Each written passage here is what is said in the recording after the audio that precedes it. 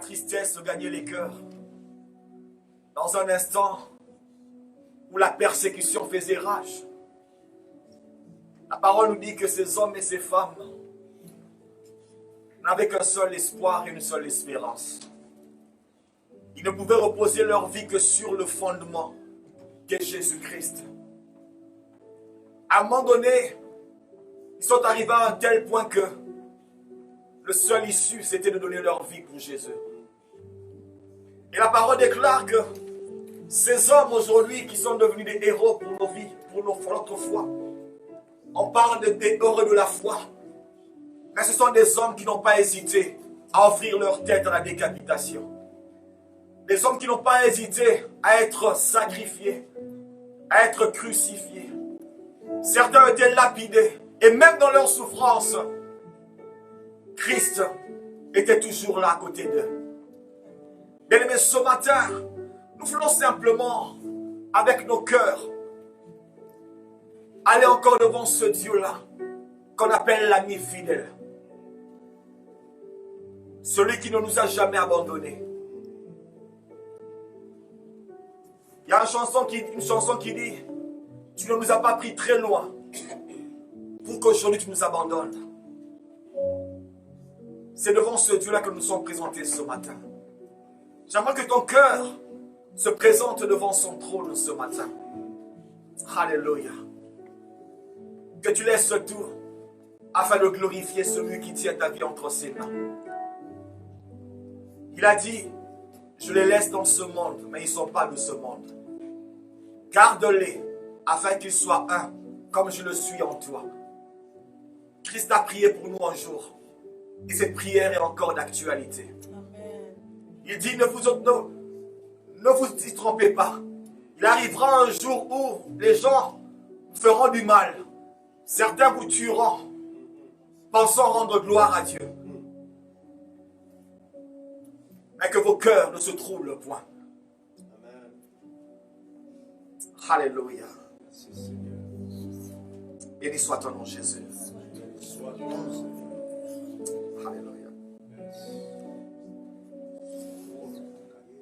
Tu es présent, Seigneur. Alléluia. Oh, ton amour, Seigneur, ce matin, oh Dieu. Ton amour, Jésus. Ton amour. Ta puissance. Ta présence dans ma vie. Ton amour. Ton amour. Ta puissance, ta présence dans ma vie. Je dis le ton amour, ta puissance, ta présence dans ma vie. Chantons-le tous, oui, ton amour, ton amour. Ta présence, chantons-le comme l'église, son amour, sa puissance, sa présence, cet amour qui ne change pas, son amour, sa puissance, sa présence, cet amour qui me rachète, son amour, sa présence, chantons cet amour universel, son amour, ta puissance, ta présence dans ma vie. Je veux t'adorer de tout mon cœur. Je veux t'adorer de toute mon âme. Oui, je veux t'adorer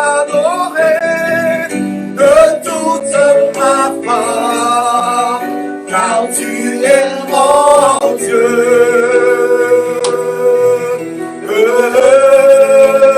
Tu es mon Dieu.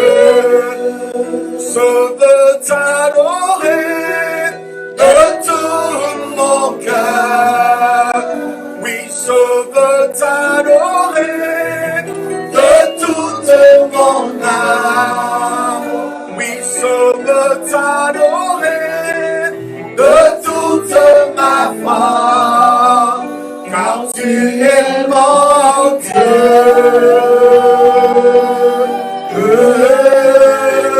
Tu es mon Dieu. Oui, tu es mon Dieu. Tu es mon Dieu. Tu es mon Dieu.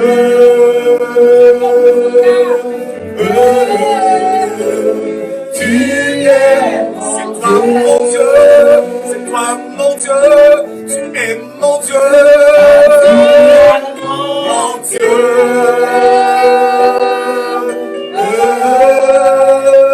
Tu es, c'est toi mon roi, c'est toi mon roi, tu es mon roi, tu es mon roi.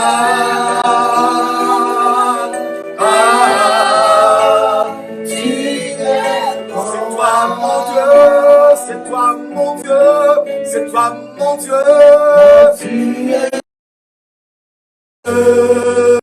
Car nous sommes là en tant qu'enfants, nous sommes là en tant que serviteurs, nous sommes là, Père au Dieu, comme ça, Seigneur, Saint, agréable, Père au Dieu. Seigneur, mon frère, nous sois seul, Père. Seigneur, règne, Père, en ce lieu, et tu manifeste-toi, Père, parmi ton peuple, Père, ce matin. Et que la gloire, Seigneur, Père au Dieu, te revienne, Père, à toi, et à toi seul, Seigneur. Dans le nom de Jésus, nous avons ainsi prié en grâce. Alléluia. Merci Seigneur. Merci Seigneur. Merci pour ta bonté. Merci Seigneur.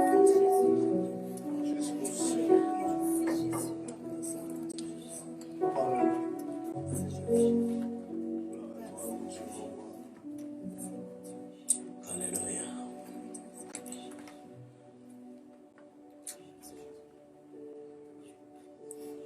Juste élève ta voix encore une fois pour magnifier la présence du Roi qui est en ce lieu.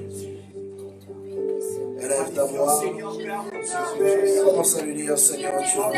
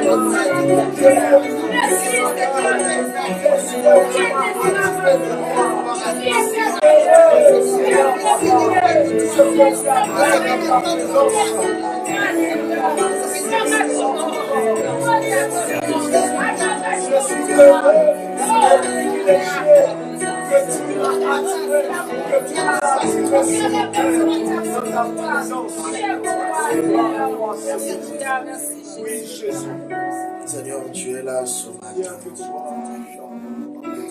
Tu es là au milieu de l'assemblée des saints pour faire du bien à ton peuple. Seigneur éternel, nos regards sont tournés vers toi et toi seul. Le psalmiste dit, je lève mes yeux vers les montagnes, d'où me viendra le secours.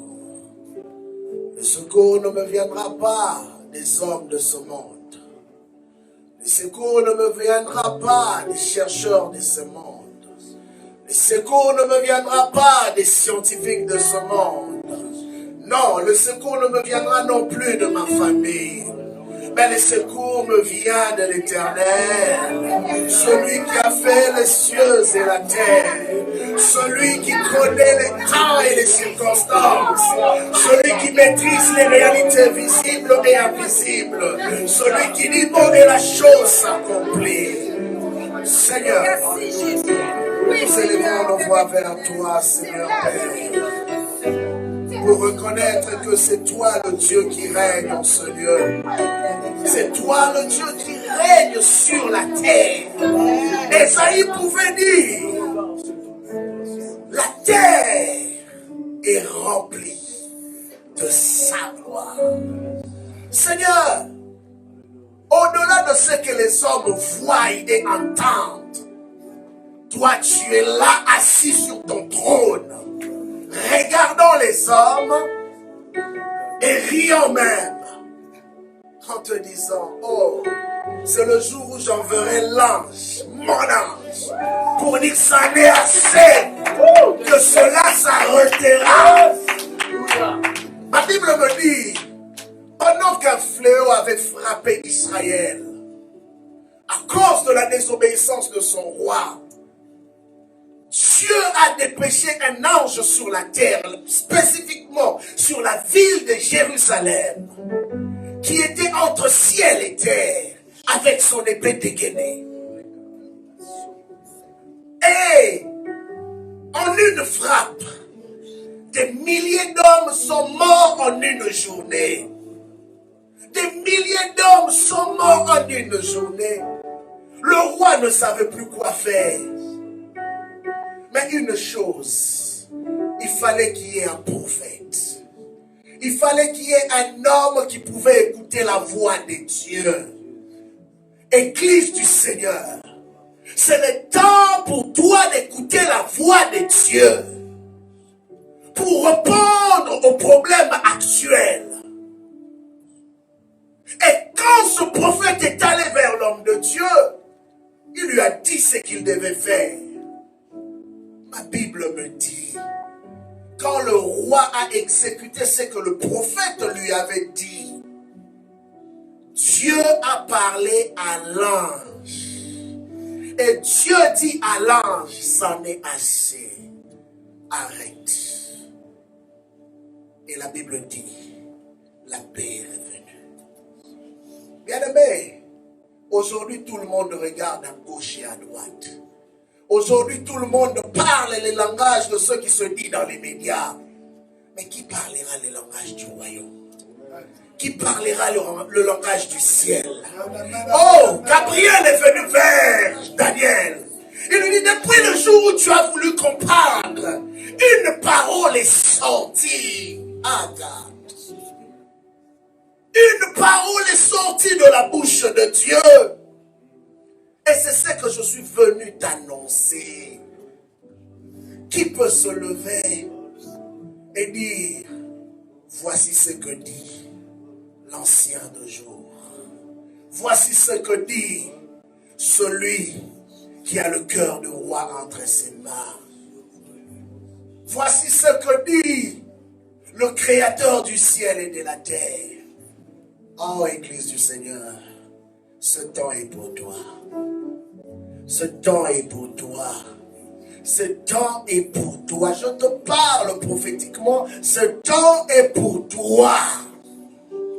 Il y a un langage qui est en train d'être relâché dans l'atmosphère spirituelle que tu dois saisir maintenant.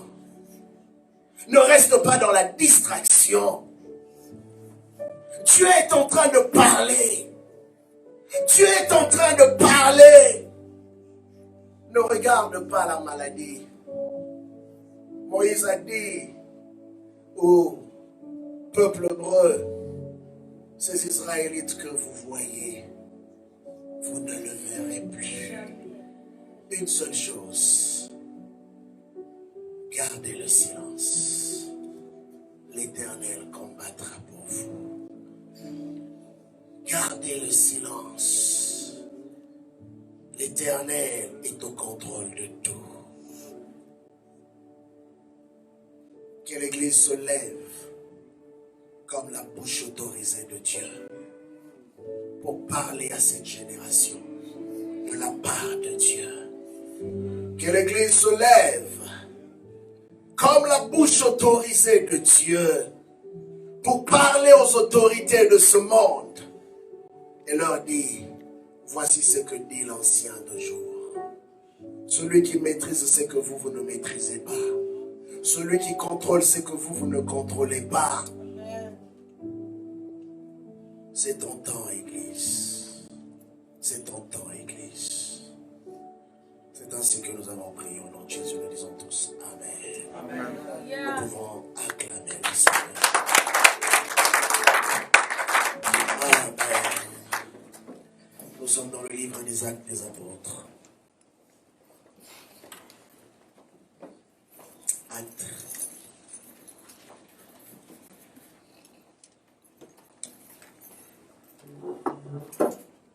Actes chapitre 4. Actes chapitre 4.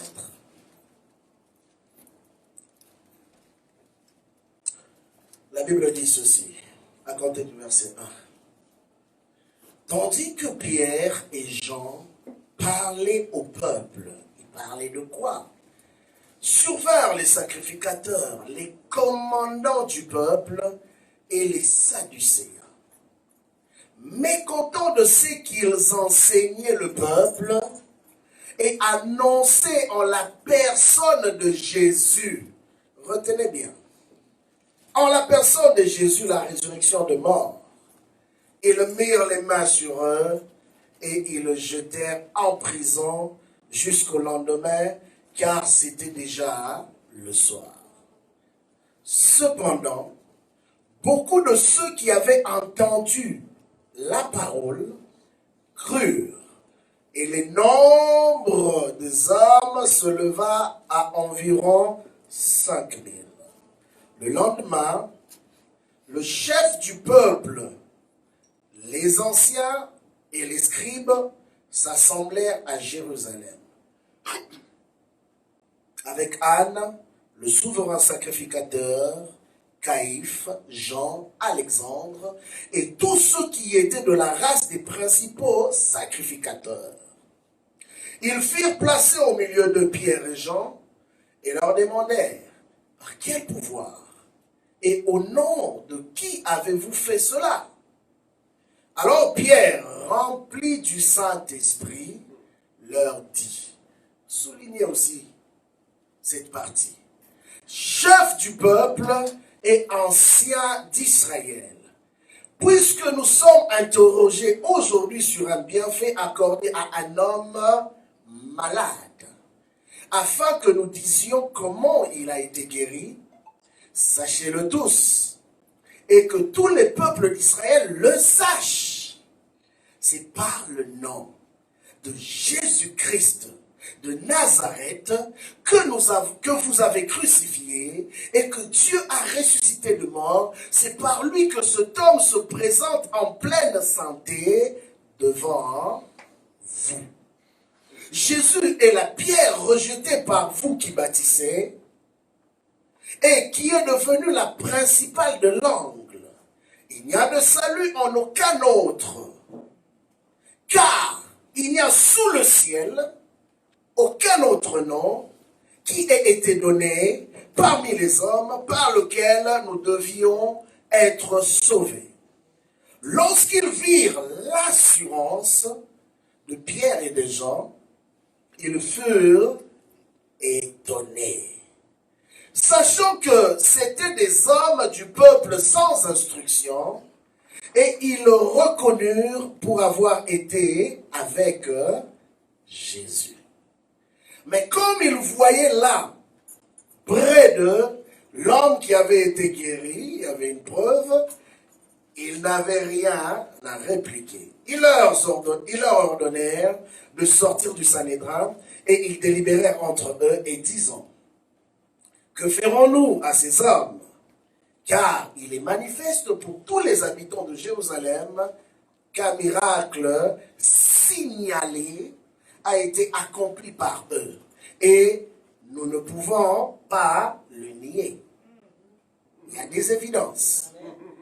Mais afin que la chose, écoutez bien, afin que la chose ne se répande pas davantage parmi les peuples, défendons-leur avec menace de parler désormais à qui que ce soit en ce nom-là. Le problème, c'est ce nom-là. Et les ayant appelés, ils leur défendirent absolument de parler et d'enseigner au nom de Jésus. Pierre et Jean leur répondirent, jugez s'il est juste devant Dieu de vous obéir plutôt qu'à Dieu. Car nous ne pouvons pas, n'est pas, parler de ce que nous avons vu et entendu. Ils leur firent de nouvelles menaces et les relâchèrent, ne sachant comment les punir à cause du peuple, parce que tous glorifiaient Dieu de ceux qui étaient arrivés. Car, verset 22, l'homme qui avait été l'objet de cette guérison miraculeuse était âgé de plus de 40 ans. Amen. Père, je prie pour ta parole ce matin. Parle à ton peuple, parle à ton Église. Dispose le cœur des hommes et des femmes que tu as choisis en cette saison pour faire ce que tu as prévu de faire au milieu de l'assemblée des saints. Merci de secouer le monde. Merci de réveiller la conscience des hommes de ce siècle. Merci, Éternel, d'interpeller ton Église. Merci, Éternel, de préparer encore une armée pour le prochain mouvement que tu t'apprêtes à libérer sur la terre. C'est ainsi que nous t'avons prié, nous disons tous Amen. Amen. Gloire à Jésus. C'est une histoire merveilleuse de ce qui s'était passé dans Actes chapitre 3, mais dans Actes chapitre 4, c'était la suite. Et dans cette suite, on montre que, après ce grand miracle, et que tout le monde était dans la joie d'avoir vu ce qu'il venait de voir, un homme qui souffrait de plus de 40 ans. Bien aimé, je voudrais quand même faire une mention là-dessus. Ça fait juste quelques mois que cette maladie que tout le monde connaît aujourd'hui a fait son apparition. Juste quelques mois. Cet homme a souffert pendant 40 ans. Donc, ça veut dire que son histoire était connue de tous. Tout le monde le voyait, tout le monde le côtoyait. Je crois que c'était peut-être devenu l'homme le plus populaire de Jérusalem. Mais personne n'était capable de faire quoi que ce soit pour cet homme de 40 ans. Tout le monde passait. Même ceux qui entraient dans les synagogues le voyaient, et puis entraient dans les synagogues pour aller adorer et louer Dieu. Mais un jour, pendant que Pierre et Jean se rendaient aussi dans la même synagogue qu'ils avaient l'habitude de côtoyer, l'homme leur demande de l'aumône. Ce jour-là, quelque chose devait prendre place. Mais vous savez, il y a toujours un moment donné dans la vie où Dieu arrête tout. Il y a un moment donné dans la vie où Dieu attire l'attention des hommes. Il y a un moment donné dans la vie où Dieu dit que trop, c'est trop. L'homme était là, ou devant la synagogue. C'est comme je pourrais transposer pour dire que il y a des situations que on voit, qu'on côtoie, qu'on connaît. Mais on se dit toujours que Dieu va s'en charger.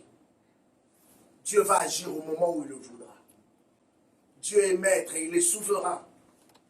Mais à un moment donné, Dieu utilise le moyen le plus fort. Dieu utilise les choses inattendues pour arrêter la course de l'homme. Et ce jour-là, c'est juste la demande de l'aumône qui a attiré l'attention de Pierre et des gens vers cet homme. Et je crois qu'ils étaient comme les chrétiens d'aujourd'hui. Je viens à l'église pour ma vie. Ce que Dieu fait pour moi, c'est ce qui est plus important. Le reste, peu importe. Et ce jour-là, Dieu leur a fait comprendre que non.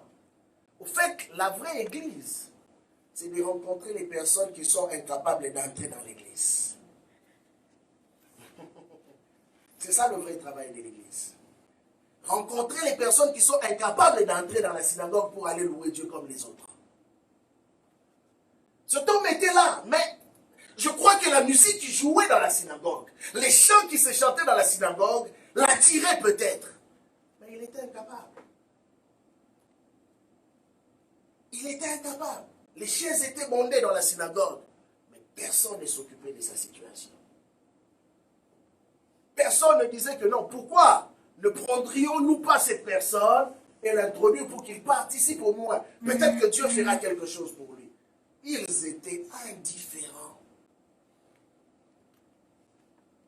Mais Dieu dit, aujourd'hui, c'est ton jour. Et lui-même, l'homme ne savait pas que c'était son jour. Vous savez, quand la Bible dit, dans le psaume, le jour où l'Éternel nous visita, ou délivra nos frères, délivra nos captifs, délivra nos familles. Nous étions comme dans un rêve. C'est souvent comme dans un rêve. Quand Dieu commence un mouvement, il ne te prévient pas. C'est lui qui décide quand il va le commencer. C'est lui qui décide le jour où il va mettre en œuvre ces choses. Bien aimé, on se réveillait chaque matin tranquillement. On allait au travail tranquillement. On faisait nos devoirs quotidiens tranquillement. Mais personne d'entre nous ne pouvait imaginer qu'un jour, c'est comme si on arrêtait toute la terre du coup. Aujourd'hui, tu circules à Montréal, c'est comme si l'enlèvement avait déjà eu lieu. Quelqu'un m'envoie une blague, il dit, mais est-ce que l'enlèvement n'a pas déjà eu lieu et que nous, on est restés? C'est sérieux, hein? Tu circules, tu vas à l'ouest comme à l'est, au nord comme au sud. Il n'y a presque pas de voiture. Tu te dis, mais qu'est-ce qui se passe? Toute une ville s'arrêtait comme ça. Tu vas partout ailleurs. Pas seulement ici, dans d'autres pays, dans d'autres contrées. C'est la même chose. Tout est mort. Bien aimé, les jours où les grands événements arrivent, ça ne prévient pas. Vous savez, quand la Bible nous dit soyez prêts, c'est parce que le moment venu de la visitation, personne ne te dira que c'est aujourd'hui qu'on va te visiter. Mais une chose, l'homme, malgré cela, était constamment devant la porte de la synagogue. Bien qu'il ne pouvait pas entrer, mais il était constamment devant la porte de la synagogue. Il y a des endroits aussi que Dieu choisit pour commencer quelque chose. Et ce jour-là, comme d'habitude, il se présente devant la synagogue et il connaissait tous les horaires de la synagogue. Les horaires de prière, il connaissait. Ce jour-là, il s'est présenté aussi devant la porte de la synagogue. Et bizarrement, il rencontre ces deux hommes. Il dit, donnez-moi l'argent. Donnez-moi l'argent, j'en ai besoin. Pierre regarde cet homme, il dit, ah, même si je lui donnais l'argent, parce que c'est vrai, je remarque que cette personne, à chaque fois que nous venons, est toujours là. Même si je lui donnais l'argent, il continuera à demander l'argent. Il restera toujours paralytique et dépendant des hommes. Mais Dieu ne nous a pas appelés simplement à garder les hommes dans un état de dépendance. Il faut les aider à pouvoir devenir des hommes faits et indépendants dans leur vie. Et qu'est-ce qu'il a fait? Il a senti la vibration de l'esprit en lui. Et il a dit, regarde-nous. Au fait, quand il demande à cet homme, regarde-nous, il voulait simplement élever son niveau de foi par rapport à une attente. Il dit, regarde-nous. Et l'homme fixa le regard. Et Pierre prit la parole. Il dit, je n'ai ni or, ni argent à te donner. Mais ce que j'ai, je te le donne. Au nom de Jésus-Christ de Nazareth, lève-toi et marche. Bien-aimé, Pierre savait une chose. Si cet homme qui n'avait que 40 ans se levait et commençait à marcher, il allait devenir indépendant et allait commencer à faire sa vie comme tout le monde. Il le savait. Mais qu'est-ce qu'il a fait? Il lui a fait comprendre que moi, je ne peux rien pour toi. Mais il y a une personne que moi je connais, que si tu le rencontres, lui peut changer ta situation. C'est celui-là que je suis venu te donner. Bien-aimé, nous sommes en face d'un monde qui souffre. Nous sommes en face d'un monde qui a la quête de la solution. Et vous savez, quelque chose qui a beaucoup frappé mon attention, ces derniers temps, quand je regarde tout le message qui passe sur Internet, tous les messages que les hommes de Dieu sont en train de répandre ou de prêcher ou d'enseigner, je ne critique aucun message, mais ce que je suis en train de dire, ce qui a beaucoup retenu mon attention, c'est que tout le monde parle sur Corona. Tout le monde parle sur Corona. Ce qui est d'actualité. Mais je me suis posé la question. Comment se fait-il que Corona devient plus populaire même à l'église que Jésus? Amen. Comment se fait-il que nous parlons plus de Corona que de Jésus? Bien-aimé, même lorsque l'église était menacée, l'église traversait des moments difficiles, l'église traversait des tribulations, vous savez, j'ai lu les livres des Actes. Je n'ai vu aucun apôtre pour dire. Il a changé son message pour commencer à enseigner l'église sur les tribulations qu'ils étaient en train de traverser. Oh, merci Seigneur. Je n'ai vu dans la Bible aucun apôtre qui a commencé à parler de prison. Mais une chose que je sais, Actes des Apôtres chapitre 2 jusqu'à la fin, il y a un seul nom qui ne faisait que revenir. Jésus et Jésus seul. Amen. Bien-aimés, savez-vous que pendant que Dieu est en train de visiter la terre en créant un mouvement, il est plus facile pour nous de tomber dans la distraction. Pourquoi? Que tu sortes, que tu entres dans un supermarché, que tu ailles chez toi à la maison, que tu touches ton téléphone, le seul message c'est Corona. Que tu le veuilles ou pas. Et pour ceux qui ont lu ce matin expressement, j'ai fait un message dans le groupe de l'église pour dire désormais fini cette affaire de Corona. Vous voulez parler de Corona? Envoyez des messages personnels aux gens. Dans le groupe de l'église, on ne veut plus entendre parler de Corona. Amenez-nous des messages d'édification. Parlez-nous de la parole de Dieu. Nous voulons que la foi des gens soit édifiée. Amen. Pas pour semer la peur dans le cœur. Dieu ne nous a pas appelés à la peur. Dieu ne nous a pas appelés à craindre ce que le monde craint. C'est à nous d'être la réponse au monde. Vous savez, si les souverains sacrificateurs, si les gens qui avaient la décision sur les vies des gens ont reconnu que ces gens sont des gens d'une classe sans instruction, mais d'où leur vient cette assurance? Bien-aimé, est-ce qu'on doit retrouver dans l'église ce que les médias nous disent? Est-ce qu'on doit retrouver dans l'église ce que l'extérieur nous dit? C'est ça le piège, souvent dans lequel nous tombons. Vous savez, il faut apprendre à être un étudiant des événements, un étudiant des circonstances. Poser des vraies questions, mais pas aux hommes, à Dieu.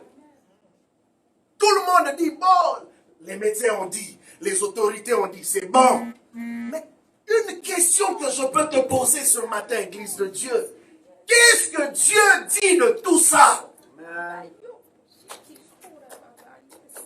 Qu'est-ce que Dieu dit? Tous nous crions, nous courons vers les médecins. Arou, voici c'est quoi là, j'ai même oublié son nom. Oui, je reconnais qu'il est un homme intelligent. Je reconnais que c'est Dieu qui lui a donné la grâce d'arriver là où il est arrivé. Mais une chose, bien-aimé, nous avons le médecin des médecins. Dieu peut te dire, toi, ok, je te donne à toi la formule. Vas-y, dis-le au médecin, ce médecin-là qui passe chaque jour à la télé avec l'ego. Ce médecin-là qui passe chaque jour à la télé va lui dire, voici, faites ceci et cela, et vous trouverez la solution par rapport à cette maladie. C'est possible.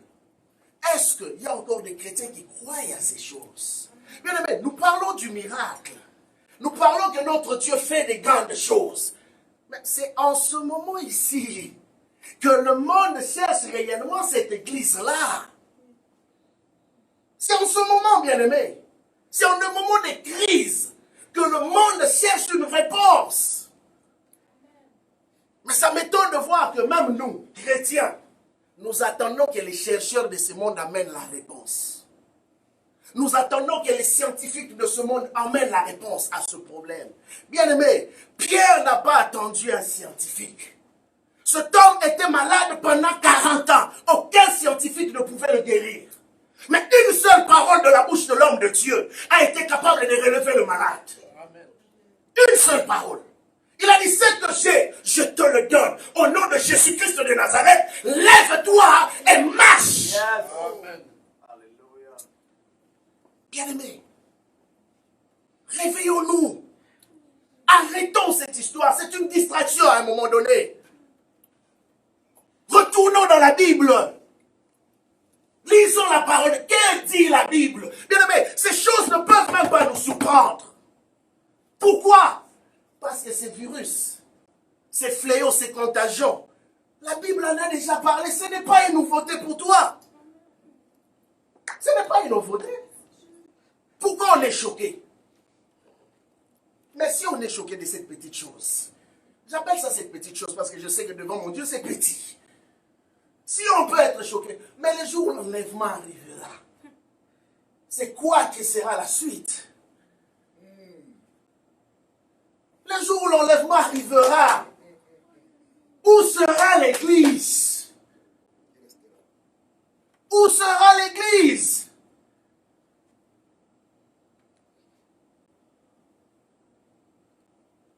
Nous crions, nous sommes de Dieu. Nous crions, Dieu est avec nous. Mais voici maintenant l'épreuve qui va te démontrer que Dieu est réellement avec toi. Tu crains ce que le monde est en train de craindre. Et Dieu assis sur son trône, en train de pleurer. Il dit, où est mon église? Ton message n'est plus Jésus-Christ est rendu Corona. Où est mon église?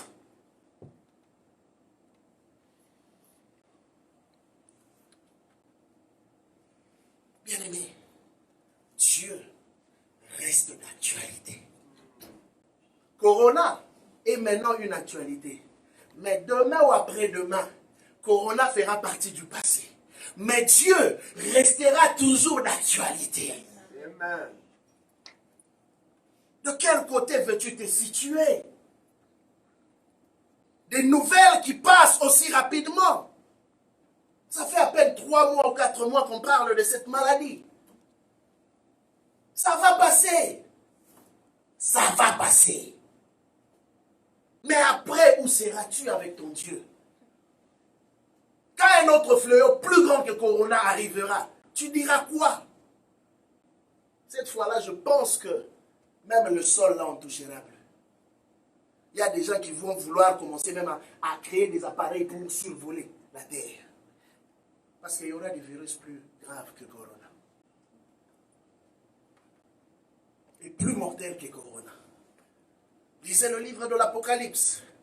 Je ne parle pas de l'eschatologie ce matin. Mais lisez le livre de l'Apocalypse. Là, on nous parle de combien de morts? 11 000. Mais, bien aimé, Rappelez-vous qu'il est dit dans la Bible qu'il y a un démon qui sera relâché à un moment donné sur la terre. Et ce démon sera capable à lui seul de tuer un tiers de la terre. Bien, mais on est à combien sur la terre actuellement? On approche les 8 milliards. Bon, maintenant faites le calcul mathématique. Le 1 tiers de la terre représente combien? Mais on panique sur combien, hein? 11 000. Le monde panique, l'église panique. Le monde crie, l'église aussi crie. Oh Seigneur, fais-nous grâce. Ta grâce là que tu demandes, c'est peut-être la peur que tu traduis. Dieu nous a déjà fait grâce. Le sang de Jésus a déjà tout fait. La Bible dit, nous ne sommes pas vainqueurs, mais nous sommes plus que vainqueurs. Et Pierre va dire à ces hommes, il dit, il n'y a aucun autre nom qui nous a été donné par lequel les gens peuvent obtenir le salut si ce n'est le nom de Jésus. Aucun autre nom. Donc si le nom de Jésus peut apporter le salut, qu'est-ce que le nom de Jésus ne peut pas faire? Qu'est-ce que le nom de Jésus ne peut pas faire? Bien aimé, si j'ai été destiné, je le dis comme ça, hein, en passant. Si ma vie avait été destinée à mourir par corona, même si je me lave les mains 98 000 fois par jour, je mourrai par corona.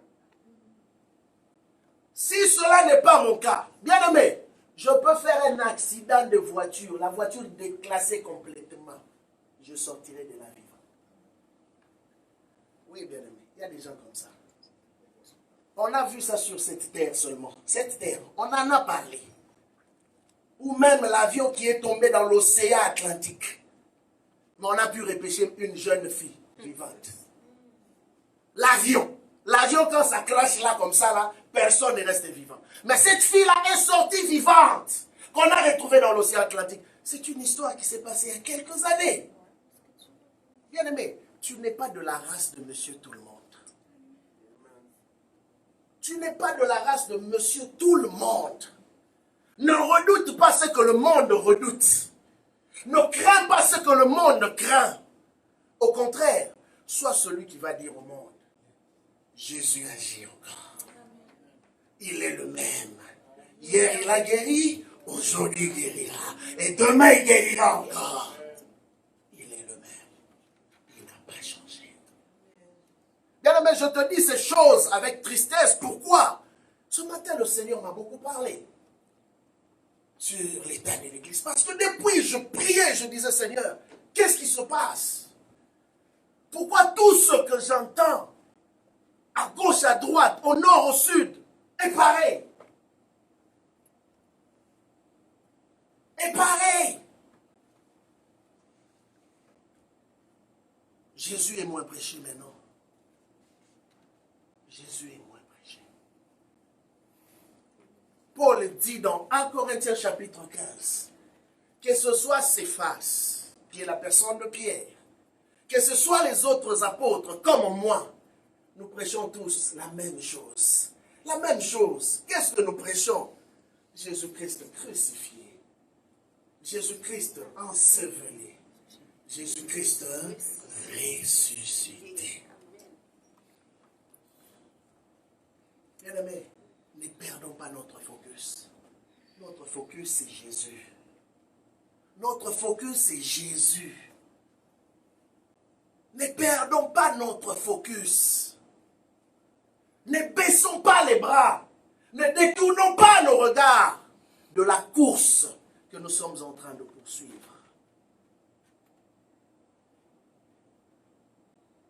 Il y a des choses que j'aimerais partager avec nous. Ça, j'aimerais plus le lire. Parce que c'est beaucoup de choses que j'ai reçues ce matin. Tu peux les écrire, tout comme tu pourrais le regarder après. Mais retiens ce que je veux te dire ce matin. C'est une pensée, c'est une parole du Seigneur pour son Église. Ne néglige pas ce que je veux te dire. Ça ne vient pas de moi. Je priais ce matin, je disais, Seigneur, mon cœur était tellement meurtri, je dis, Seigneur, qu'est-ce qui se passe réellement? Dis-moi quelque chose par rapport à ta maison. Quelle direction devrions-nous prendre? Qu'est-ce qui est en train réellement de se passer? Regardez ce que j'ai reçu, vous pouvez les noter. Le Seigneur dit ceci: vous êtes rendus trop confortables dans mon service. Vous, mes serviteurs, et plusieurs ne veulent même pas sortir de ce confort qu'ils sont rendus aveugles. Ça, c'est le premier point que le Seigneur a mentionné. On est rendu très confortable. On aime tellement notre quiétude. On aime tellement notre position. On aime tellement ce qu'on fait que nous ne sommes même plus prêts à sortir de notre zone de confort. Regardez aujourd'hui, c'est plus facile pour des gens de dire, bon, ok, c'est bon, on ne fait plus rien. C'est une bonne raison pour ceux qui avaient déjà développé la paresse de se renfermer chez eux à la maison et de se contenter de Facebook Live.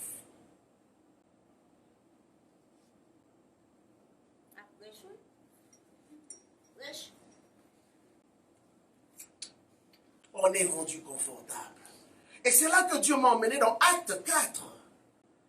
Il dit, regarde mes serviteurs, le type de serviteurs que je cherche. Ces hommes ont reçu de messages, de menaces. On leur a dit, taisez-vous, ne parlez même plus au nom de Jésus. Ne parlez même plus au nom de Jésus. Parce que un tel a dit, M. Trump a parlé, M. Poutine a parlé, M. Legault a parlé, que je respecte tous. M. Trudeau a parlé.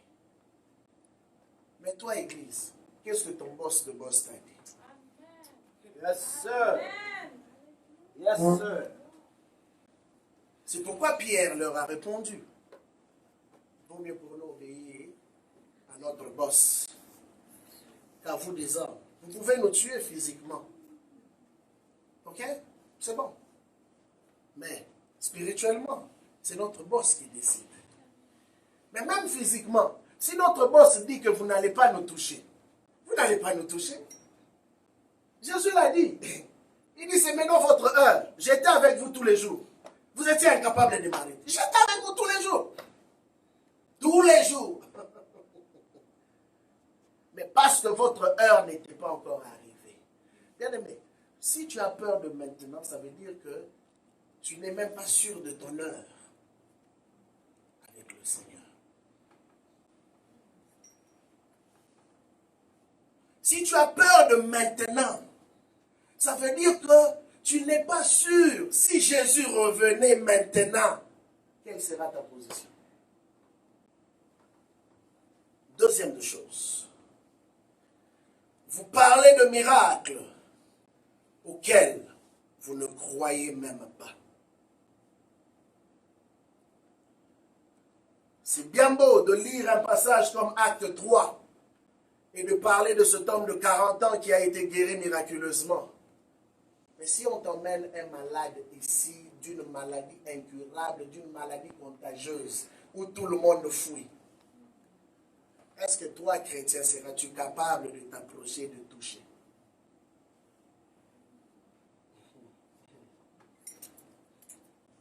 Et de dire que oui, mon Dieu à moi est capable de te restaurer.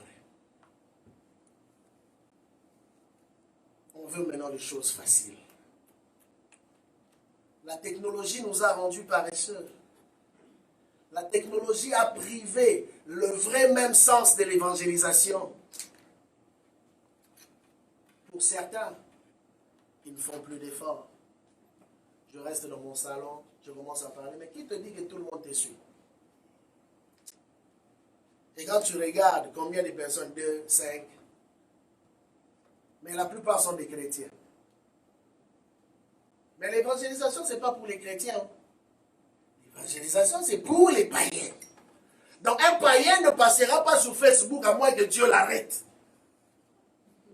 Sérieux. Un païen ne viendra pas sur Facebook passer 2 heures du temps à nous suivre.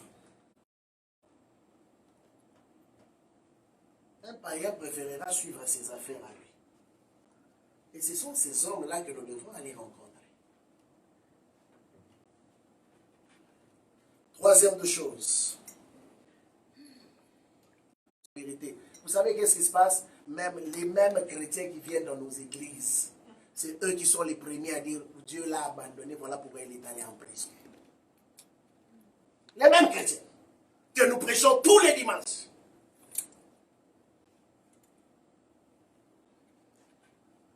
Le risque. Quatrième de chose. Vous vivez l'âge de Laodicée. Quand je parle de l'âge de Laodicée, l'église de Laodicée. Et vous ne vous plaignez pas, vous ne vous lamentez pas pour votre cas. Ça, j'aimerais quand même lire ça. Pour nous emmener dans le contexte de l'église de Laodicée. Beaucoup ont prêché là-dessus. Je ne veux pas prêcher, je veux juste faire une lecture. Et c'est tellement clair cette lecture que nous allons comprendre quand Dieu dit « Vous vivez l'âge de l'église de Laodicée ». La Bible dit « Écrit à l'ange de l'église de Laodicée, voici ce que dit l'Amen, le témoin fidèle et véritable, le commencement de la création de Dieu. Je connais tes œuvres, je sais que tu n'es ni froid ni bouillant. Puisses-tu être froid ou bouillant, assis, parce que tu es tiède, et que tu n'es ni froid ni bouillant, je te vomirai de ma bouche. Parce que tu dis, je suis riche, je me suis enrichi, et je n'ai besoin de rien.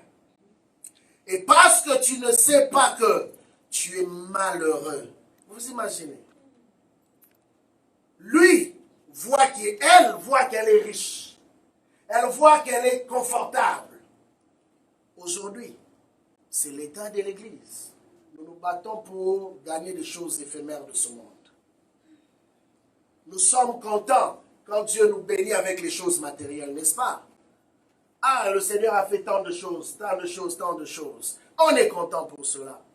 Mais regardez le regard de Dieu. Dieu ne regarde pas les choses de la même manière que les hommes. La vision de Dieu pour cette église, il dit, tu ne sais pas que tu es malheureux, misérable, pauvre, aveugle et en dernier, nu.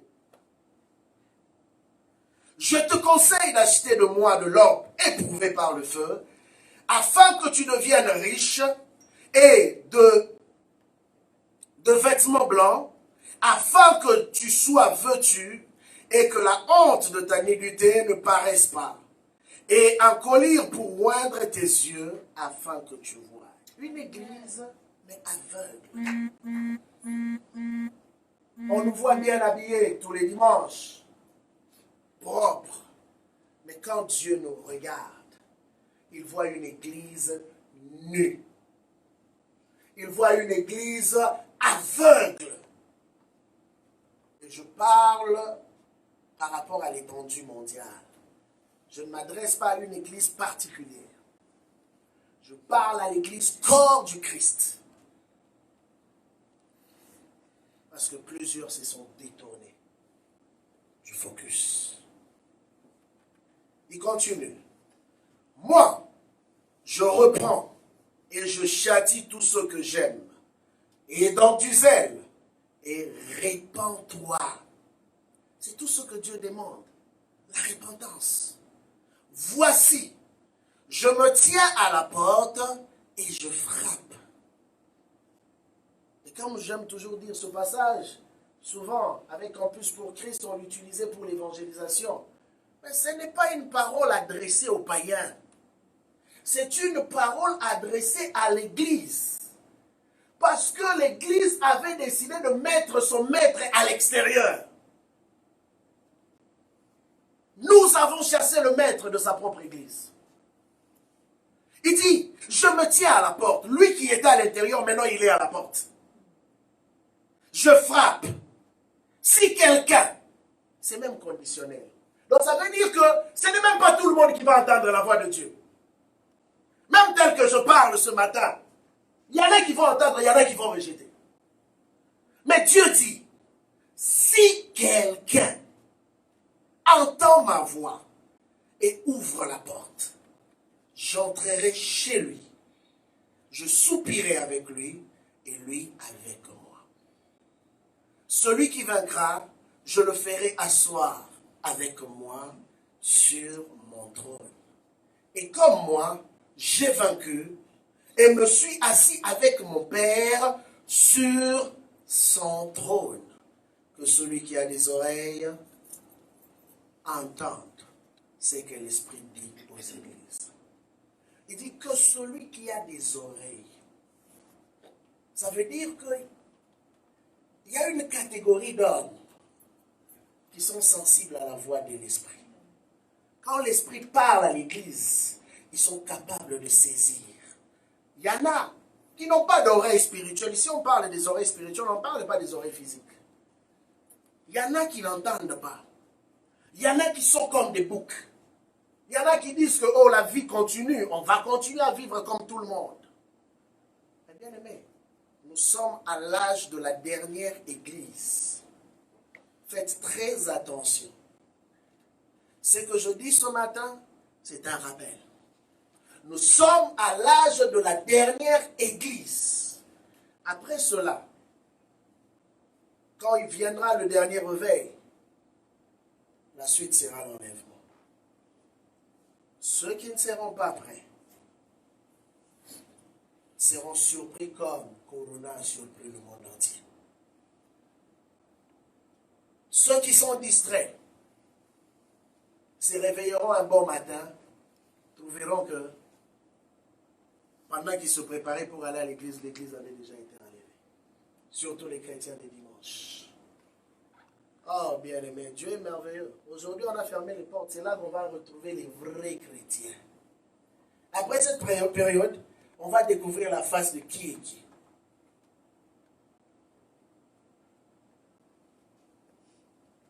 Cinquième de choses. Il dit ceci.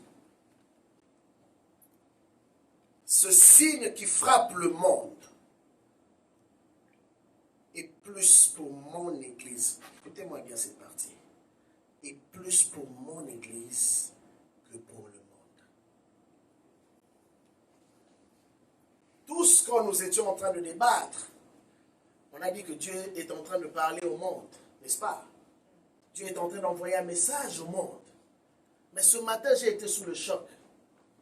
Quand Dieu me dit non, je suis en train de parler à mon église. Je parle plus à mon église qu'au monde. Parce que la priorité de Dieu, ce n'est pas le monde, c'est l'église d'abord. C'est ce qu'il faut comprendre.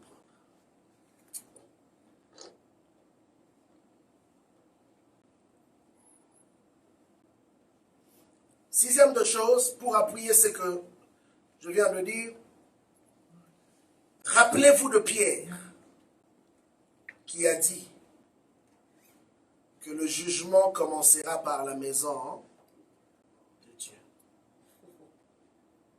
C'est là que la phrase précédente a encore pris son sens. Les jugements, bien-aimés, ne commencera pas dans le monde comme nous le pensons. C'est pourquoi vous serez étonnés de voir que Dieu est en train d'exposer certaines choses qui étaient cachées dans l'Église, qui choquent même. Dieu est en train d'exposer même ses serviteurs. Ça choque même. Mais il le fait parce que le jugement a déjà commencé, bien-aimés. Et je veux vous dire ce matin, Dieu ne fait exception de personne. Il ne me regardera pas parce que je suis pasteur Noé. Il me regardera si réellement je fais sa volonté. 7. Beaucoup de mes serviteurs sont endormis. mais ne se rendent pas compte qu'ils sont endormis. Un sommeil profond, mais tellement distrait, ils ne réalisent même pas. Le travail qu'ils font pour Dieu est devenu une routine. On est habitué. Je connais des versets bibliques. Je sais comment faire. C'est l'expérience maintenant qui parle. Mais ce n'est plus l'esprit qui parle. 8. Je suis descendu pour dire à mon peuple, c'est le temps de faire mon œuvre. J'insiste. C'est le temps de faire mon œuvre, car le temps vous est imparti. C'est le temps de faire mon œuvre. Bien-aimé, si tu servais, sers encore plus. C'est le temps de t'ajuster dans ton travail pour le Seigneur. Cherche encore du zèle pour faire le travail de Dieu d'une manière différente. Réveillez-vous. Point 9. Réveillez-vous. Faites mon travail. 10. Reprenez le fardeau des âmes. Reprenez le fardeau des âmes. Bien-aimé, parmi les dernières choses que Jésus a dit à Pierre, il dit, m'aimes-tu, paie mes brebis. M'aimes-tu, paie mes agneaux. M'aimes-tu, paie mes brebis. Quel est le niveau du fardeau que tu as pour les âmes? Il dit, reprenez les fardeaux des âmes. Ça veut dire que nous, Église du Seigneur, nous avons mis de côté les fardeaux des âmes. Ne vous paissez pas vous-même. Quand on dit ne vous paissez pas vous-même, c'est que nous avons appris maintenant à travailler pour notre propre gloire, pour notre propre intérêt. Mais les âmes de Dieu, nous les avons mis de côté.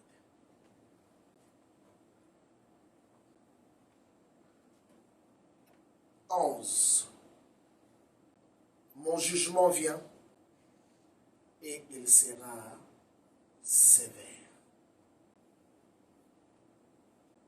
Je répète, mon jugement vient et il sera sévère.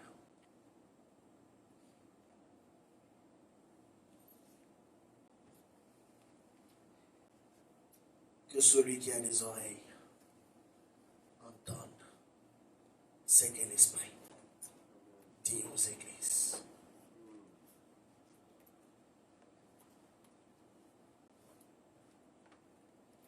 Beaucoup de vos églises m'ont chassé.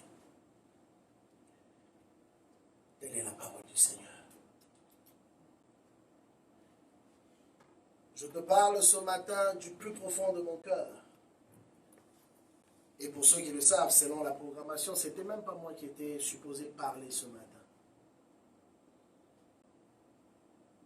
Mais ces paroles étaient tellement fortes en moi que j'ai dû parler à la personne qui devait intervenir. Je lui ai dit, laisse-moi parler. Parce que Dieu veut parler à son Église. Dieu te parle ce matin. Arrête la distraction. Arrête de suivre le monde.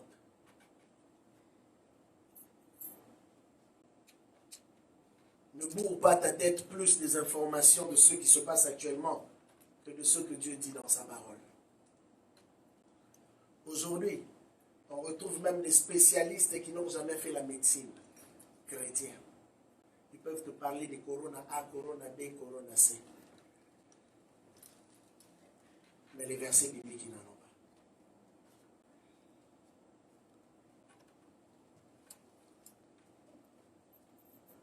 C'est sérieux. Réveillez-vous. Le temps devient de plus en plus court. Bien aimé, l'événement qu'on est en train de vivre actuellement dans le monde, on ne l'a jamais vécu. On ne l'a jamais vécu. Qu'est-ce qu'on ne nous dit pas? On ne sait pas. Il y a trop de questions dans la tête des gens. Au point que de dire même aux gens, même un barbecue chez vous, ne le faites pas. Donc même chez toi, même on entre dans ta maison, on t'impose. Ne réunis pas plus de personnes, ne faites pas chez toi à la maison. Pourquoi? Tu ne sais pas. Mais bien aimé, il arrivera un jour, on t'imposera aussi comme ça. Tu ne sais pas ce que ce genre de ce monde sont en train de préparer. Ne le prenez pas juste comme des avertissements simples. Mais un jour, on nous a parlé dans la parole qu'il y aura la marque qui sera imposée à tous. Aujourd'hui, avant d'entrer dans l'épicerie, on est obligé de mettre les désinfectants dans ton caddie, dans ton chariot, sur ton chariot. Obligé. Mais demain, on te dira, avant d'entrer d'acheter la bouffe, on doit te scanner. On blaguait même dans la voiture ce matin. Même le petit truc là qu'on met dans la tête des gens pour tester la température. Est-ce qu'on sait c'est quoi? C'est fou, hein? Ils ne nous disent pas tout. Ils ne nous disent pas tout, bien-aimés. On te scanne, on te dit c'est juste pour la température. Mais qu'est-ce qu'il y a à l'intérieur? Tu ne sais pas. Tu ne sais pas. Chrétiens, réveillons-nous. C'est le temps de chercher sérieusement Dieu. Yes. C'est le temps de tourner son regard comme Daniel vers le Seigneur et dire, Seigneur, parle. Seigneur, fais quelque chose. Seigneur, donne une direction. C'est le temps maintenant. N'attends pas demain, car demain il sera trop tard. Demain il sera trop tard.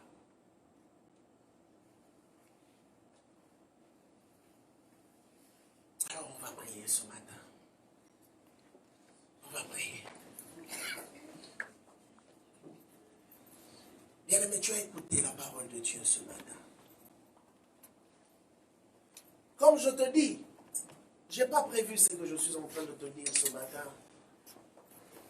Je n'ai pas prévu cela. C'est juste mon cœur qui s'est tourné vers Dieu. Et j'ai dit à Dieu, Seigneur, il y a quelque chose qui commence à me déranger avec cette histoire de Corona. Ça commence à prendre trop de place dans nos cœurs, dans nos discussions. Ça commence à prendre trop de place dans notre quotidien. C'est juste cette prière vers le Seigneur qui m'a ramené vers ce que je vous ai dit ce matin. Et je sais que Dieu te parle. Je sais que Dieu t'a parlé. Je sais que Dieu a libéré quelque chose sur ta vie ce matin. Alors tu vas prier. Dis-lui, Seigneur, je ne veux pas perdre mon focus. Je ne veux pas me laisser distraire. Seigneur, je veux garder mes yeux focusés sur toi. Je veux garder mon regard focusé sur ta personne. Je veux continuer à parler de toi, Jésus. Je veux continuer à parler de ta personne. Élève ta voix. Commence à parler. Élève ta voix. Dis-lui, Seigneur, je ne veux pas passer à côté. Je ne veux pas passer à côté. Je ne veux pas passer à côté. Alléluia. Garde mon cœur focusé sur toi. Yes, Lord. Garde l'église focusée sur toi. Yeshua, Yeshua, Yeshua, Yeshua. Que la distraction ne soit pas dans mon cœur. Seigneur, voici ton église ce matin. Aspire-moi, Nous te prier. aspire-moi vers toi. Garde-moi. Attire-moi Jésus, comme avec Moïse. Jésus, Sur la montagne, le feu. tu nous as parlé. Ne recevons pas le plus fort dans ce Tu nous as parlé. Attire-moi attention. Père, je répands mon cœur devant toi.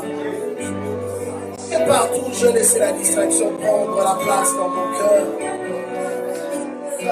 Partout où je laissais la distraction, Seigneur, oh Dieu, je viens me répandre devant toi.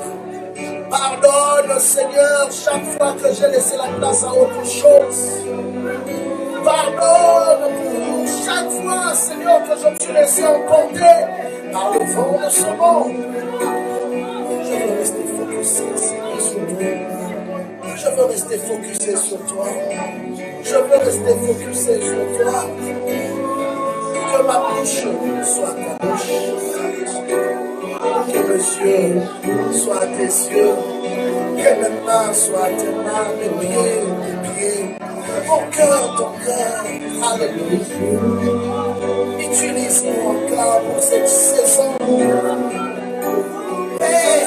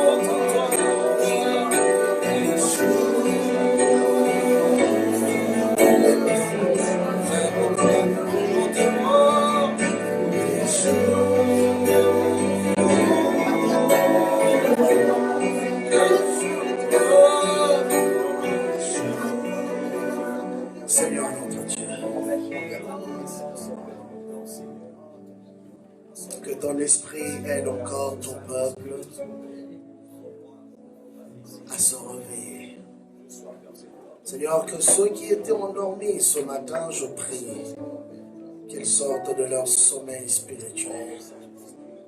Saint-Esprit, souffle sur ton Église. Souffle sur ton Église. Souffle sur ton Église. Souffle sur ton Église. Et que la vie de Dieu descende. Que la vie de Dieu descende.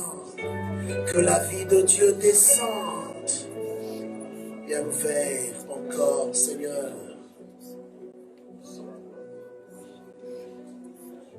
le privilège d'être ces hommes et ces femmes qui participent à ton conseil. Fais de nous encore la réponse à cette société qui gémit, qui crie, qui pleure. À ces familles qui ont tant besoin de toi, Seigneur. À cette ville, Seigneur, à cette province, à ce pays. Seigneur, à toutes les nations du monde qui en ce moment crient vers toi. Bien-aimé, tu peux encore élever ta voix. Demande au Seigneur d'intervenir dans chaque nation. Demande au Seigneur d'étendre sa main, d'ôter la maladie qui est en train d'envahir. Oui, d'élever encore une église avec la puissance de la guérison pour emmener la restauration de la santé et présenter Christ au monde.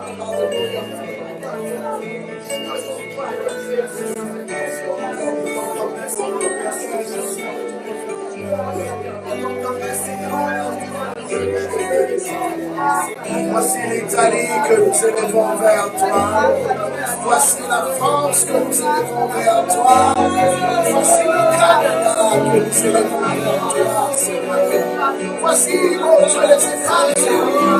Voici, Seigneur, toutes ces nations. Seigneur, le Sénégal. Toutes ces nations affectées que nous élevons vers toi, Seigneur. Et tant ta main, guéris, Seigneur. Dans l'Église, peut être une réponse à la problématique de notre société, une réponse à la problématique de notre société.